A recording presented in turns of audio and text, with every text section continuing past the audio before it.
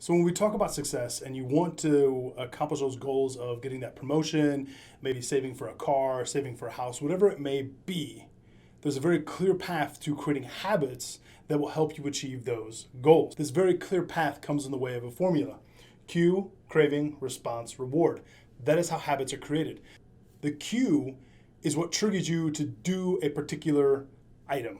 The craving is the motivational force behind that particular habit. Without that motivation or desire, we have no reason to act. The response then is the action you take. The reward is essentially the end of every habit. This is what satisfies the craving. And the tough part about the reward is it does two things. One, it satisfies the craving, but it also teaches us that that craving and the response is pleasurable. And so there's many times when we have negative habits that are created in this manner, but the great part is positive habits are created the same way. You just have to know the formula, the cue, craving, response, and reward, and then know how to build the new habits off of that. Let's do two examples of this.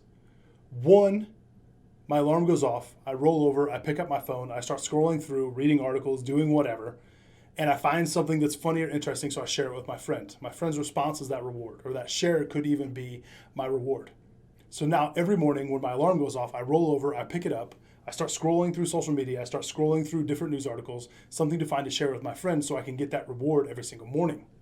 But the cool part about this is if you recognize a negative habit, it makes it easier for you to flip it into something positive.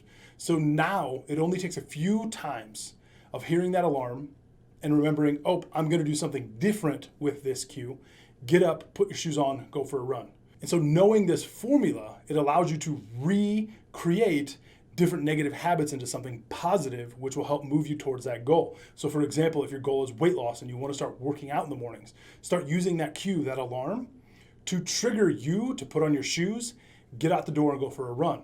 The reward is then you went outside, you went on a run, and it pushes you towards your goal of achieving better physical fitness or weight loss. And so the great thing about doing this is it gives you a chance to reward yourself multiple times, if not hundreds of times over the course of a day, versus just setting a big goal. Because a big goal ultimately ends up in sadness if you don't achieve it. Or if it takes you longer to achieve it than what you had hoped, it ultimately and always will end up in sadness.